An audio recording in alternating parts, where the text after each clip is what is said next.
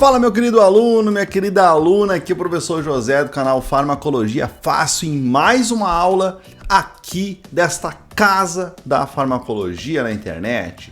Sejam bem-vindos então a mais um conteúdo trazido por esse professor que já está ficando com a barbinha branca, mas que é apaixonado em trazer informações importantes para vocês. E nesse mês e no mês que vem e para o resto da vida, se assim Deus quiser, nós faremos aulas aqui dentro do perfil sobre fármacos específicos também, além daquelas aulas de farmacologia onde a gente aborda temas dentro da farmacologia, da prática do farmacêutico, do médico, do enfermeiro, de quem trabalha com medicamento no dia a dia. Nós também iremos trazer então aulas mais curtas sobre medicamentos específicos. E hoje nós vamos falar do propanolol. Então, eu sou o professor José, professor de farmacologia e fisiologia há um bom tempo, mais de 12 anos, e também professor da plataforma Farmacologia Aplicada R2A, que é a Netflix da farmacologia, que você encontra no link aqui embaixo. Então, vamos para a aula.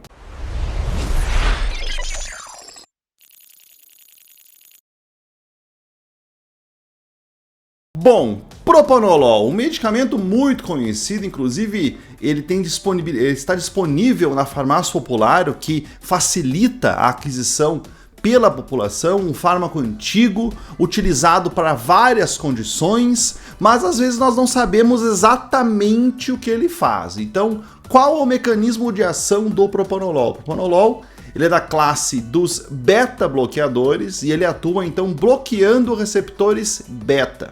Uma característica importante do propanolol é que ele não é seletivo. Ele não vai escolher qual receptor beta ele vai bloquear, ele vai sair bloqueando todo mundo. E aí nós encontramos aqui nesta imagem os receptores beta, a família dos receptores beta, beta 1, beta 2 e beta 3, então ele faz o bloqueio dos três receptores. Principalmente beta 1, que é o objetivo do propanolol principal, mas também beta 2 e beta 3. Então, por exemplo, como ele age no corpo sobre o receptor beta 1, ou melhor dizendo, qual o resultado do efeito dele no nosso organismo quando ele bloqueia beta 1. O beta 1 é um receptor que está no coração, e quando ele é ativado pela noradrenalina, principalmente, ele promove aumento da força e da frequência do batimento cardíaco. Então, quando ele age sobre beta 1, bloqueando beta 1, o propanolol, ele vai diminuir esses dois parâmetros, a força e o batimento, e a frequência do batimento cardíaco. Então, aqui nós temos o conceito. O efeito de ativação do beta 1 é o aumento do cronotropismo, que é frequência, e do inotropismo, que é a força. Então, quando o propanolol bloqueia ele vai diminuir o cronotropismo e o inotropismo. Ele tem um efeito negativo sobre esses dois parâmetros. Além disso, então, ele também vai diminuir a velocidade da condução do nó atrioventricular, que dispara a eletricidade de potencial de ação do átrio para o ventrículo. E além disso, sobre esse mesmo receptor, ele vai diminuir a secreção de renina, porque a noradrenalina atua nas células justaglomerares sobre este receptor, aumentando a secreção de renina. Então ele faz essas três coisas sobre o seu receptor. No receptor beta 2, que ele acaba atuando também, ele vai fazer então principalmente um efeito no nosso pulmão. Porque no pulmão, nos músculos do nosso pulmão, o beta 2 ele faz o chamado relaxamento pulmonar ou broncodilatação, quando ele é ativado pela noradrenalina.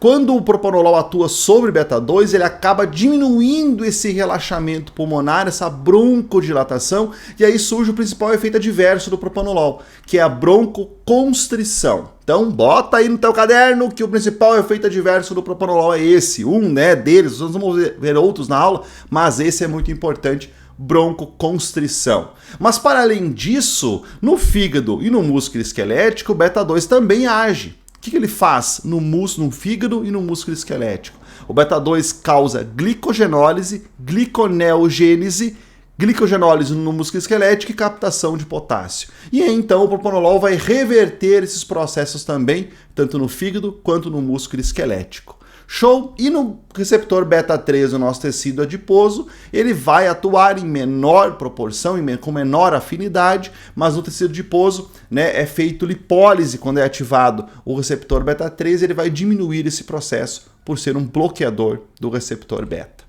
Pois bem, então aqui nós temos os dois principais receptores, olha só nessa imagem, muito interessante, nós temos aqui o beta 1, né, e o beta 2, eles são receptores acoplados à proteína G, e daí se você começa a escutar esses termos, acoplados à proteína G, meu Deus, o que é isso, professor? Você precisa se tornar nosso aluno da plataforma Farmacologia Aplicada e assistir todas as aulas do módulo Introdução à Farmacologia, onde eu explico uma por uma dessas proteínas. Sabe esses nomezinhos que tem aqui, ó? Tudo explicado na nossa casa da farmacologia. Então, aqui nós temos o receptor beta 1 e beta 2, são acoplados à proteína G, proteína GS, né?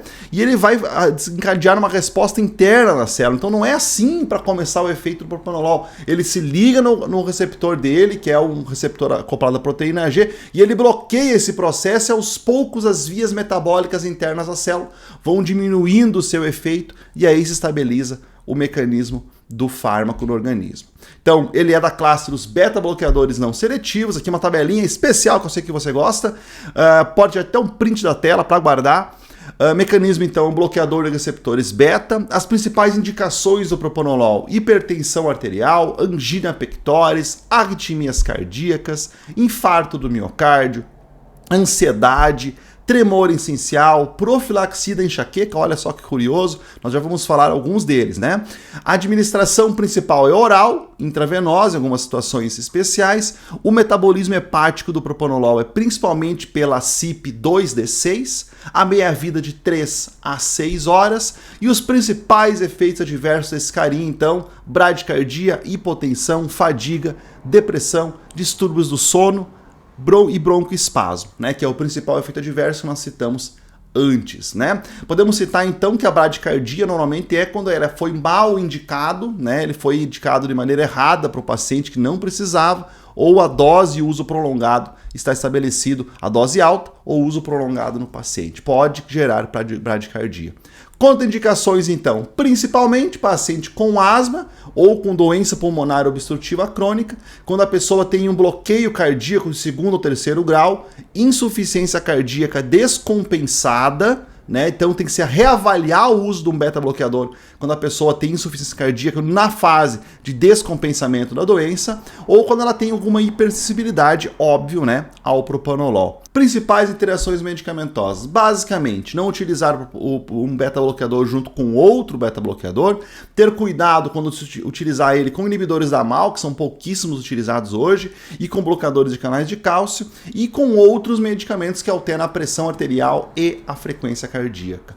Quando se fala em precauções, é para ter cuidado com o uso do propranolol, especialmente em pacientes diabéticos, porque aquele efeito que ele faz sobre os receptores beta também interfere a liberação de insulina. Ele pode diminuir a liberação de insulina e causar, então, problemas no controle da doença. E além disso, por ele diminuir vários sintomas que podem ser fruto da hipoglicemia, então a pessoa tem hipoglicemia, tem tremor, tem tontura, e o propranolol pode mascarar, pode diminuir esses efeitos da hipoglicemia, ele pode ser um problema no paciente que trata a diabetes. Então, porque ele interfere na liberação de insulina e porque ele pode mascarar os efeitos hipoglicêmicos da doença. Muito bem, eu falei para vocês, encerrando nossa aula então, que ele é usado na profilaxia da enxaqueca. Mas por quê, pessoal? Porque a molécula do propranolol ela é altamente lipossolúvel, então ela penetra no sistema nervoso central, ela age em todo o nosso organismo com facilidade, apesar do tempo de meia-vida dela ser baixo, né? Relativamente baixo, no máximo 6 horas. Mas ela vai agir sobre receptores beta também na nossa cachola, no nosso sistema nervoso central. E lá ele vai alterar o efeito do receptor beta sobre os vasos cranianos. Lá ele vai prevenir então a vasodilatação, que normalmente acontece em alguns casos de enxaqueca. Então existem alguns estudos que mostram que as mudanças vasculares no sistema nervoso central é que geram vários tipos de crise de enxaqueca. Inclusive, a principal classe de fármacos anti-enxaqueca é a classe dos triptanos, que exatamente atuam nesse alvo, né, que é a alteração vascular do sistema nervoso central. Então, como ele previne a vasodilatação, pela ação sobre os receptores beta no sistema nervoso central, o propranolol consegue prevenir a enxaqueca. Então existe sim indicação dele para esse caso, mas sempre com uma avaliação rigorosíssima do médico. Não esqueça, não saia tomando o medicamento sem orientação médica, porque você nem sabe o tipo de enxaqueca que você tem, não sabe se vai ajudar, não sabe. E o propranolol, inclusive, é usado para quem tem taquicardia, quando está nervoso. Nada a ver, pessoal. Ele age no sistema cardiovascular, não age na ansiedade. Então não utilizem medicamento só porque a vizinha utilizou, porque alguém indicou, porque eu tomou para fazer carteira de motorista. Olha que absurdo! Não faça isso. Vá ao médico, busque orientação de um profissional para a utilização de qualquer medicamento. Show? Gostou da aula? Então agora você escolhe a próxima aula, o próximo medicamento trabalhado aqui. Então coloca aqui nos comentários qual é o medicamento que você quer que eu traga para a próxima aula aqui do YouTube, que eu trago com certeza. E até a próxima aula então. Beijão!